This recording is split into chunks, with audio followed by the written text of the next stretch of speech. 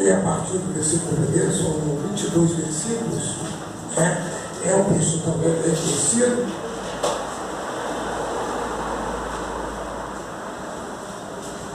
E diz no texto: quando Salomão acabou de orar, desceu fogo do céu, e conseguiu o holocausto do sacrifício, e agora do Senhor encheu a casa. Os sacerdotes não podiam entrar na casa do Senhor, porque a glória do Senhor tinha enchido a casa. Todos os filhos de Israel, vendo descer o fogo e a glória do Senhor descer o fogo sobre a casa, encurvaram-se com o rosto em terra sobre o pavimento e adoraram e louvaram ao Senhor, dizendo: Ele é bom, o seu amor dura para sempre. Então o rei e todo o povo ofereceram sacrifícios perante o Senhor. E o rei Salomão ofereceu em sacrifícios 22 mil bois e 120 mil ovelhas. Assim o rei e todo o povo se dedicaram à casa de Deus. Os sacerdotes estavam em pé nos seus postos, como também os levitas com os instrumentos de música que o rei Davi tinha feito para louvor ao Senhor e que eram usados para ele quando ele rendia graças ao Senhor, dizendo: o seu amor dura para sempre. Os sacerdotes que tocavam as trombetas estavam diante deles, e todo Israel estava em pé. Salomão consagrou o meio do átrio que estava diante da casa do Senhor, e ali ofereceu o holocausto e a gordura das ofertas pacíficas, porque no altar de bronze que Salomão tinha feito não podiam caber os holocaustos e as ofertas de manjares e gordura. Assim, naquele tempo, celebrou Salomão a festa por 7 dias, e todo Israel com ele, em uma grande congregação, desde a entrada de Amate até o rio do Egito.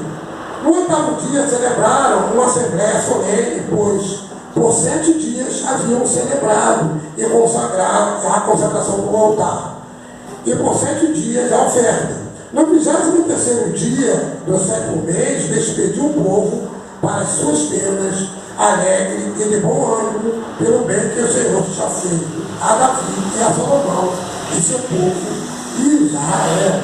Versículo 11. Quando Salomão acabou na casa do Senhor e a casa do rei, e prosperamente efetuou tudo o que intentou fazer na casa do Senhor e na sua casa, o Senhor lhe apareceu de noite e lhe disse: ouvi a tua oração e escolhi para mim este lugar para a casa de sacrifício. Versículo 3. Quando eu cerrar os céus e não houver chuva, ou ordenar aos gafanhotos que consumam a terra, ou enviar a peste entre o meu povo, se o meu povo, que se chama pelo meu nome, se humilhar e orar e buscar minha face e se converter aos seus maus caminhos, então eu ouvirei dos céus e perdoarei os seus pecados e sararei a sua terra. Uma coisa assim que a gente não presta atenção nunca nessa passagem, e vocês precisam prestar atenção, o Senhor fala que está havendo mal ali, uma coisa que está acontecendo, que está desagradando tanto ao povo, as pessoas estão sofrendo, as pessoas estão passando por necessidade. E aqui, no versículo 13, o autor é bem claro em dizer, em afirmar que é o próprio Deus que faz isso. Que é o próprio Deus, Então eu vou repetir: quando eu cerrar os céus e não houver chuva, ou ordenar aos gafanhotos que consumam a terra, ou enviar a peste entre o meu povo, aí, vírgula, se o povo que se chama pelo meu nome, então ele não está falando que é povo dele. Isso é interessante a gente ver também. Primeiro ele está dizendo que ele permite essas coisas e que ele é que vai deixar acontecer essas coisas. Então a gente tem o hábito, não digo a gente, mas muitos têm o hábito, é o inimigo, é o diabo, é um montão de coisa. Então aqui o texto é bem claro dizendo que é o próprio Deus. Mas por que Deus permite isso? Aí o versículo 14 ele esclarece isso para a gente. Se o meu povo que se chama pelo meu nome se humilhar e orar e buscar minha face. Então, ele põe aqui, a priori, 3 coisas que são assim, muito interessantes para que essas coisas não aconteçam e para que haja prosperidade na casa do Senhor. Entendeu? Então, a primeira coisa que aparece aqui é se humilhar. Né? Não é nem orar, gente. Né? E em todas as versões está assim. Mas a coisa interessante que aparece aí é se humilhar. Né? E uma coisa assim, muito complicada para quem é de carne e osso e para a gente que é ser humano e a gente não gosta, a gente não aceita, é humilhação. Você não vai em lugar nenhum, você não é convidado em lugar nenhum para ser humilhado. Você gosta? Você admite isso, ser humilhado na sua própria casa, você admite ser humilhado no trabalho, você admite ser humilhado em qualquer lugar que você esteja? Admite? Não, ninguém admite ser humilhado. Mas a gente precisa entender que essa nossa vontade, entendeu, de não ser humilhado, não se aplica a Deus.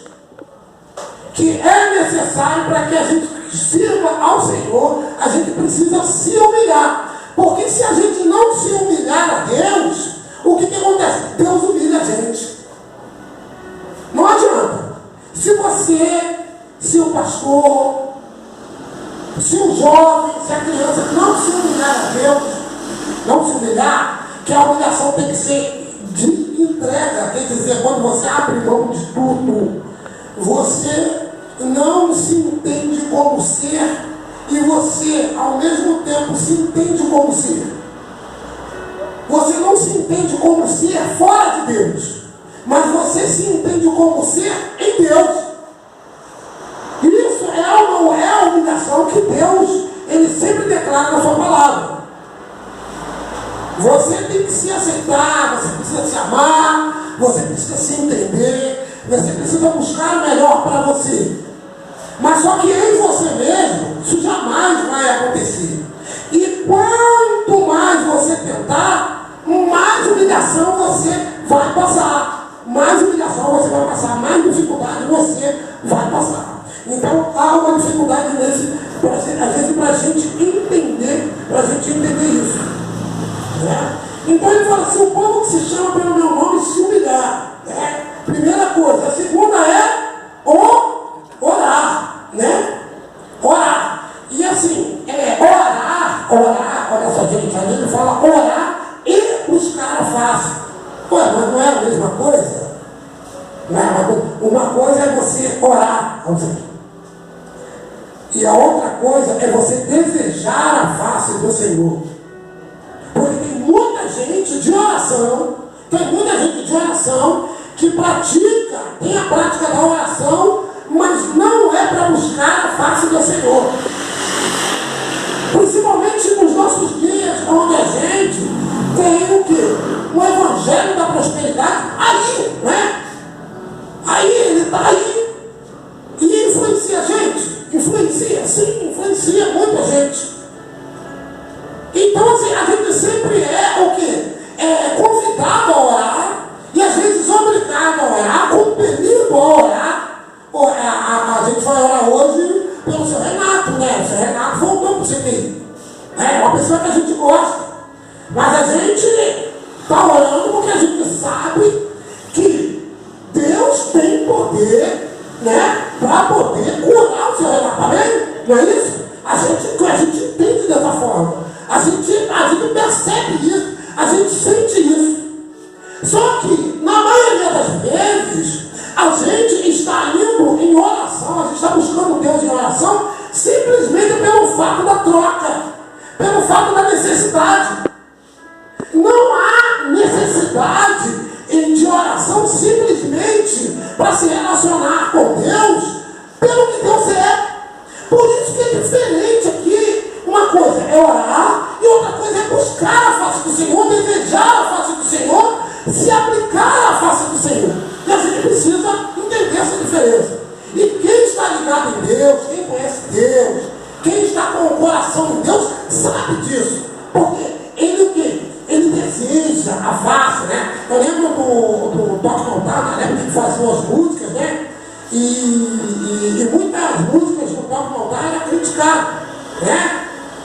Vocês lembram que era muito criticada? As músicas, principalmente assim, entre os batistas, as músicas eram criticadas. Eu lembro que eu tocava música, uma soma, e tinha uma parte na música que a gente tocava lá no 22 de novembro, e a gente falava assim, estou apaixonado. Aí, tá vendo aí? Não pode estar apaixonado por Deus, então a gente está acamado no Senhor. Quando você está acamado com uma pessoa, você sempre falta de uma pessoa, que é assim, a nossa relação com os nossos filhos, é a nossa relação com quem a gente ama, a gente sempre falta.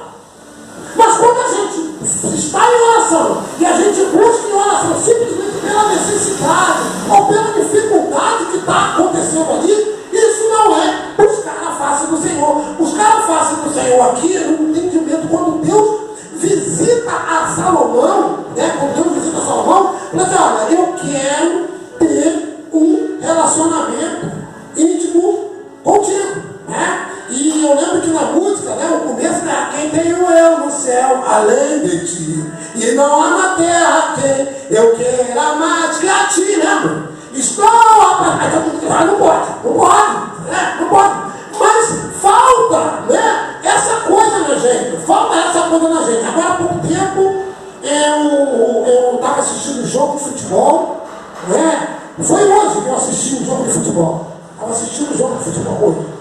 De manhã, logo quando cheguei na igreja, aí abri o celular, aí estava lá. O jogo foi Vasco e Atlético Mineiro. Vasco e Atlético Mineiro. Quando foi o jogo? Vocês lembram quando foi o jogo? 1-0 Vasco. Você lembra o que é? Ganhou de 1-0, dentro de casa, na zona de rebaixamento. Não é verdade? Na zona de rebaixamento, passando uma dificuldade danada. Então a torcida está acreditando, está colocando fé que vai acontecer. Quando terminou o jogo, na zona de rebaixamento, ganhando de 1-0 no Atlético Mineiro, ainda perdeu o gol, vinha lá no final, a torcida, as crianças, as mulheres, os homens que estavam ali, choravam, esbravejavam de alegria pelo Vasco da Gama. Mas não acontece só pelo Vasco da Gama, acontece também pelo Flamengo, pelo Fluminense, pelo Botafogo, que no meio tipo lá um tempão aí, e o pessoal uma vez festejando. Então, assim, esse desejo de se relacionar e se alegrar e de estar junto já está na gente. E se não for pelo time de futebol, vai ser por outra coisa. Então, essa necessidade está dentro de você, está dentro do pastor, está dentro de qualquer um. E a gente precisa, o quê? A gente precisa direcionar essa necessidade, essa paixão, esse desejo para o Senhor. Por isso que a gente deve buscar a face do Senhor pelo que Ele é. Pelo que Ele é. No episódio agora, né, que o Pedro tomou um soco na cara, lembra? Lá do preparador físico. Aí depois teve uma outra briga lá, o Gerson e o Varela, né? Saíram no soco lá e tal, essas coisas todas. E eu lembro que houve uma reunião entre o pessoal que chegou no Flamengo e está dizendo para os jogadores, né? Até jogando para os jogadores, olha só, a gente não está aqui pelo jogador, a gente está aqui pelo Flamengo. O Flamengo é maior do que vocês, porque os jogadores passam. Olha só, e às vezes o pessoal vai ali para ônibus, bate, briga, quebra o estádio, não é verdade? Então existe essa maluquice, essa paixão, essa coisa toda. Que não é, se não é pelo time de futebol, é pelo cantor, ou seja lá o que for, mas é necessário, e Deus fala isso para Salomão, fala isso para Salomão, é necessário que você busque a minha face, e por final o quê? E se o quê? Converter dos seus maus caminhos, quer dizer, a conversão aqui dos maus caminhos é abandonar. E essa ideia final tem muita coisa a ver com o que ele fala lá em cima de buscar somente o desejo de Deus, de se humilhar. Quer dizer, olha, é necessário que vocês abandonem o seu próprio caminho, o seu próprio entendimento. Aí ele fala, depois disso, então, eu ouvirei dos céus e perdoarei seus pecados e sararei a sua terra. Agora estão abertos os meus olhos e atentos os meus ouvidos à oração que que se fizer neste lugar. Escolhi e consagrei esta casa para que meu nome esteja nela perpetuamente. Nela estarão fixos meus olhos e o meu coração todos os dias, desde o momento em que me obedeça. O legal aqui, né? E eu não sei se vocês sabem, mas é o que está acontecendo. Que festa é aquela ali? É a festa da consagração, da construção do Templo de Salomão, né? O famoso Templo de Salomão, que depois foi destruído, né? Então, assim, o Templo de Salomão e a casa do rei. Então, eles estão festejando, eles têm praticamente 8 dias de festa. Não somente 7, mas 8 dias de festa. Mas Deus deixa bem claro que todo aquele aparato, toda aquela construção suntuosa, tudo aquilo ali que está ali, para ele só tem valor se o povo, o quê? Obedecer, se humilhar e o povo se manter, o quê? Firme no Senhor. E é legal que na fala do Senhor, ele praticamente desvaloriza a construção e valoriza o comportamento, a forma de se conduzir do povo, porque houve uma festa, foi um momento de comoção, né? Um momento de comoção.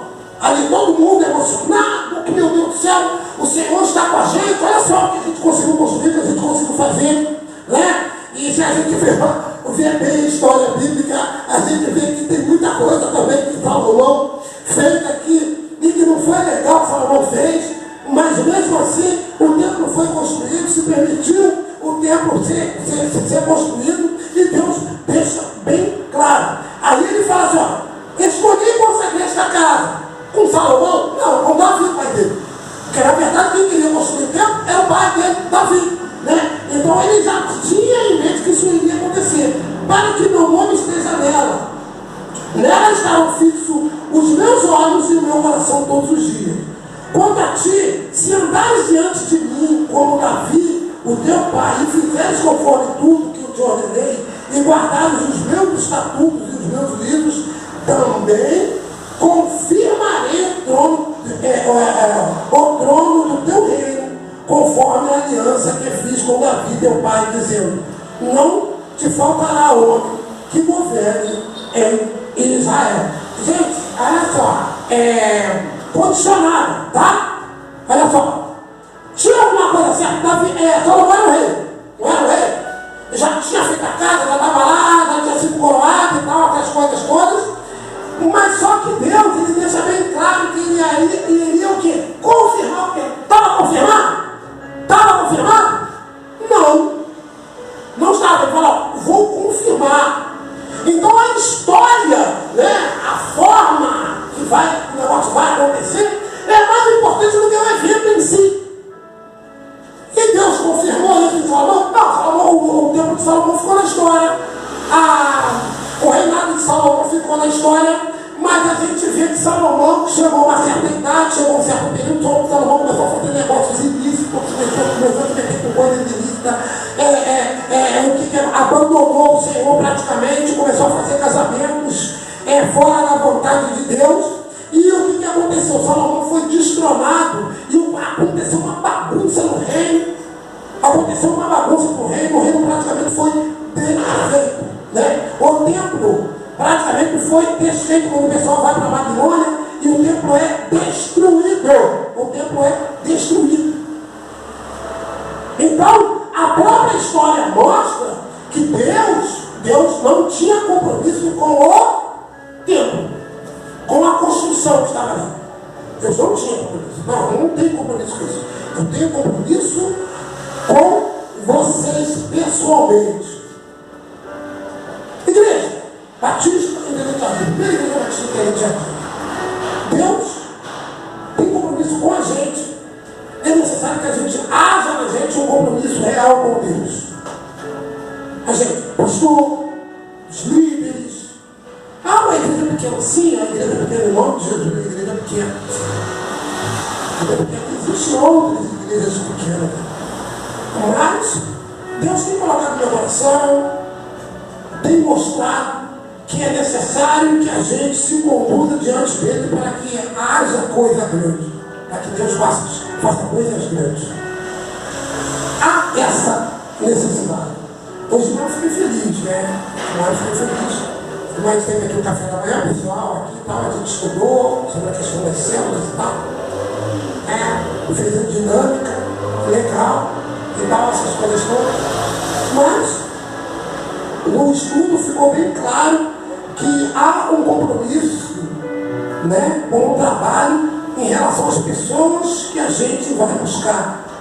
Porque a gente está aqui no amor, né? Está aqui no amor e tal, aí daqui a pouco a gente começa a fazer o trabalho começa a engatear e tal. Vai ter os seus altos e baixos, como teve no sextou-dia, né? Sextou-dia eu estava até falando para as meninas que teve aqui.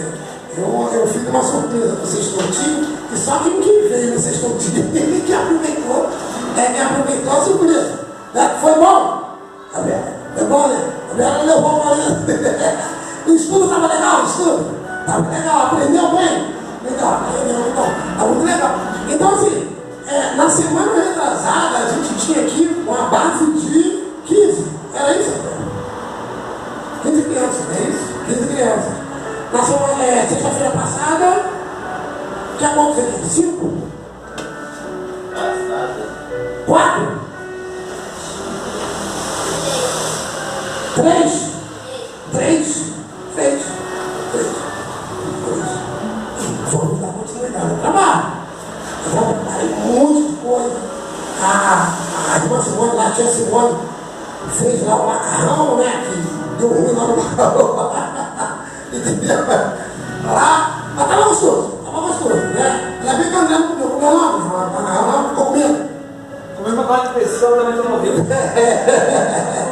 Mas o gosto estava bom, o gosto estava bom. O gosto está bom. Mas a grande questão é essa. A grande questão é que Deus colocou uma coisa nas nossas mãos para ser feito. E a gente não tem que olhar a circunstância, a gente não tem que olhar às nossas dificuldades. E a gente precisa ter um relacionamento muito íntimo com Deus para a gente dar continuidade àquilo que precisa ser feito para que a prosperidade aconteça. Entendeu? Aqui eles começaram grande e ficaram pequenos. Mas na maioria das vezes, Deus começa uma coisa pequena para ficar o quê?